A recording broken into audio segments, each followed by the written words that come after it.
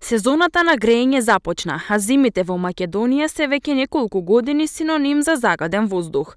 Главните извори на загадување на воздухот се грејење на домаќинствата, возилата, како и индустријата, особено со горувањето на јаглен. И истото настанува кога хемикали, гасови и честички се испуштаат во атмосферскиот воздух. Некои од постарите фабрики горат кафеав јаглен, кој е ефтин и е многу загадлив.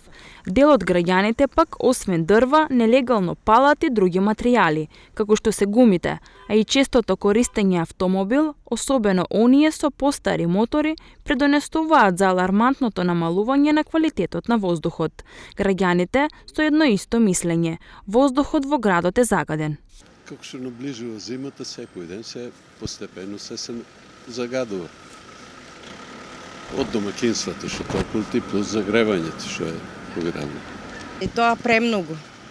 Да, точно. Посебно навечер епте не загадан воздух. Не можеш ни на балкон да си седнаш никаде, значи. Освен дрво, нели, не треба друго ништо да се гора. А има луѓе, стварно не можат и дрва да си купат. Горат, значи се. Загадан е воздух. Треба да си чиста, треба да се чисти.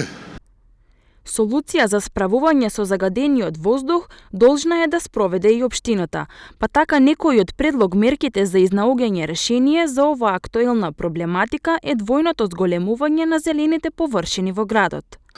Она што најмногу буди внимание е предвиденото зеленило, дополнително, значи дуплирање на постоечките 40 хектари, во новиот генерален урбанистички план предвидуваме 84 хектари на зелени површини. Не смееме да се плашиме од зеленило, не смееме да не се соочиме со фактот дека е Струмица, воздухот е загаден во Струмица и дека граѓанките и граѓаните се соочуваат со проблемот на загаденост во воздух.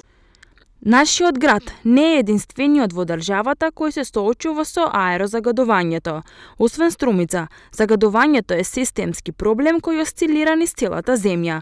Па така, висок процент на овие штетни PM честички често се измерувани и во Велес, Кичево, Тетово, Гостивар, Куманово и во најголема мера во главниот град. Според Светската здравствена организација, дозволената граница на PM10 честички во текот на еден ден изнесува 50 микрограми, додека PM2,5 честички изнесува 25 микрограми.